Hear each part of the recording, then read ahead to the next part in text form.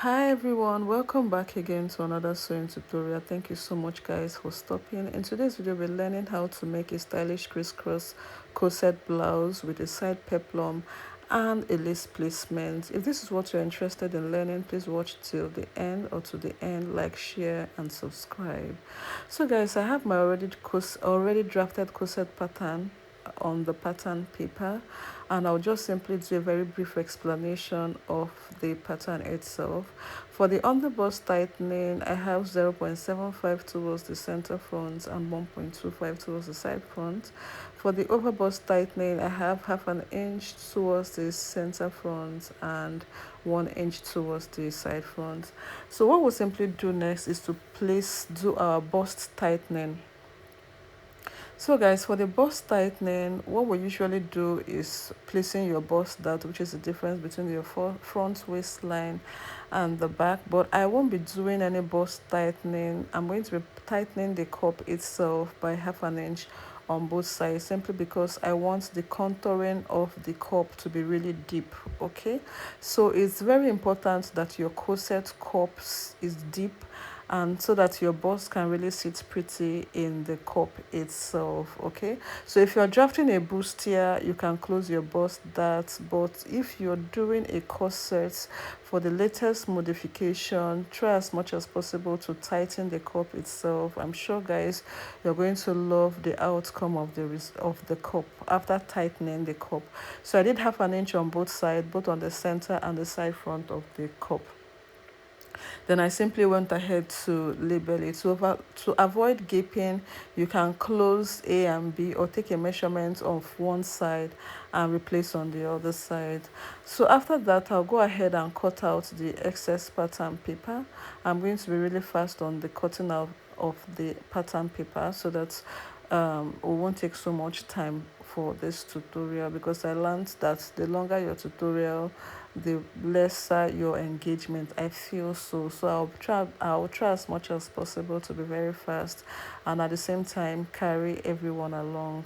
So I also cut out the darts on the cup itself. After cutting it out, this is what I have.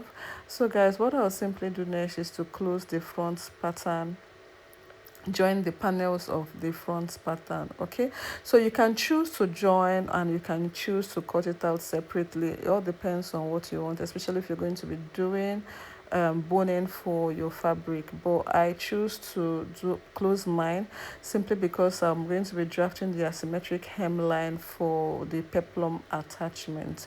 In as much as that, you can still choose to cut your pattern on a separate panel for those who would like to cut out separately. So for guys, at the hemline, I'll go in by 2.5 inches. It's not a standard, just go ahead and explore. Any measurement depends on the style you want to create. For the waistline, I'll come down by 0.25, and then I'll go ahead and create a curve. So you can see that I'm using the curvy part of my French curve to create that curve. And you can also choose to do a freehand. If you don't have an instrument to create a curve, you can choose to do a freehand. Just link it, try and draw a curve linking it to the hemline, as you can see.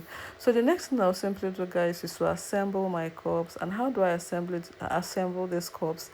I'm going to be using my masking tape to join the panels A and B, and also join the panels C and D. After joining the both panels, I'll still go ahead and merge the upper part of the cup to the lower part of the cup. The real essence why I'm joining this cup on this tutorial, live on the tutorial, is simply because I would like us to see how deep the outcome of the cup when you actually place your dart itself on the cup, instead of just closing your normal bust dart. Closing of the bust dart is also good because it also creates that contour, but it doesn't make the contouring to be really deep. Not like you can actually go for that. You can choose that other technique. Probably you want to do things like bust caging, it's okay. But in as much as you contour the cup itself, you can also do your bust caging, but it just ensures that your cup is deeper than the regular. Okay, so we've seen the outcome, guys. I'll simply go ahead and explain this back pattern. For the back pattern, this is a simple basic block, a simple back pattern with waist darts, and then the only difference is that I eliminated the zipper bulge by 1/2 inch, and then I replaced my darts on the pattern. Okay, the front waistline is 18, the back waistline is 16.5. This explains why the lines for the waist is not matching, but at the beginning I closed up my bust that it will be well aligned. Okay, so I'm going to be placing my front pattern on the back to help me cut out that curve. Okay, so ensure that you use your front pattern to draft out the curve for the peplum attachment for the back pattern. Okay, so guys, I went ahead to cut out on my fabric. For the wadding, I don't have any seam allowance, but for the main fabric I added seam allowance of 1/2 inch round for both the upper cup and the lower cup. So I simply merged just the A and B and the C and D. So I'll be joining the upper and lower cup on the fabric itself and the wadding. So for the main fabric as well, for the front pattern, 1/2 inch round, the seam allowance 1/2 inch, both from the front and the back pattern. Okay, so this is it. I will take it to my sewing machine and merge these panels together, and have in mind that I also cut out a lining piece for all these things. You can see both the bust cup, the cup itself, and the front and back pattern. So I've gone to infuse the cup in my corset cup with my hemming gum. I have a tutorial on how to merge this, so I didn't want to keep repeating what I've done in my previous tutorial. So after fusing it, I'll go ahead and attach my cup. I mentioned earlier that I was going to join the panel, so I've done that for both the front and the back, and you can see I've attached the cup. So this is inclusive for the lining, guys. You can see even on the lining piece, you can see that the cup is still looking deep on the lining, and this is the importance of that, the contouring on the cup itself. So the next thing I'll do is to create my crisscross, and to create the crisscross, what I'll simply do is to take a measurement of my cup. So whatever measurement I got there, I'm going to be placing it on my fabric. So if you place your fabric on fold, I'll be using this fabric for the crisscross.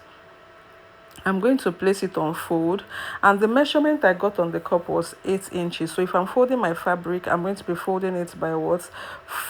I got 7 inches, so I'm going to be folding it by 3.5, and then add your seam allowance for joining, which is 1/2 inch, making it 4 inches, because we're going to be turning this piece. So the other thing to determine is the length of your crisscross. We have determined the width. So for the length, you can go ahead and take your measurement on a slant, not on a your actual off shoulder. Your actual off shoulder is not going to be fitted for on your body. Okay, so if you're taking the measurement to be 8.5 inches, which is my bust line, my chest line, is not going to create that fitting. So you can either get this measurement either directly on your body, or probably drafting your pattern, drafting a full basic bodice pattern, and determining the cross measurement from one part of your pattern to the other, which is the neckline area to the chest area. So the measurement I got for mine was 13 inches. I added additional 1 inch for joining, which is 1/2 inch for both sides of the pattern. Okay, so this is what we have. So I have 13 inches for the front, and then the back is 8.5. So I have a total of about 23 inches, which is the length of this fabric. They add additional 1 inch to your full measurement. So your cross measurement in front, and then your off back measurements for the back pattern. So mine is 8.5 plus 13. Just add it up, then add additional 1 inch. Okay, so I'm going to go in on one side of this fabric by 2.5. So I actually took a measurement of 2.5 for this tutorial, but off camera I still went ahead to reduce it to 1.5, because I realized that 2.5 was kind of looking too wide for what I actually anticipated. So I still went ahead to reduce. So link it to the 4 inch. Make sure you don't alter the 4 inch area for the corset cup. Okay, so the smaller part of this pattern will be for the back. Okay, so I'll go ahead and cut out another one. It's going to be two, one for each side. So I'll use the same pattern I drafted to cut out for the other side, and I'll also go ahead and cut out the lining as well. So this is what I have. Okay, so for more details, you can go ahead and stabilize, but I didn't stabilize the fabric, so you can stabilize before you turn it. So I've turned with my lining, so I'll go ahead and place it on my fabric, like so. You can see what I'm doing.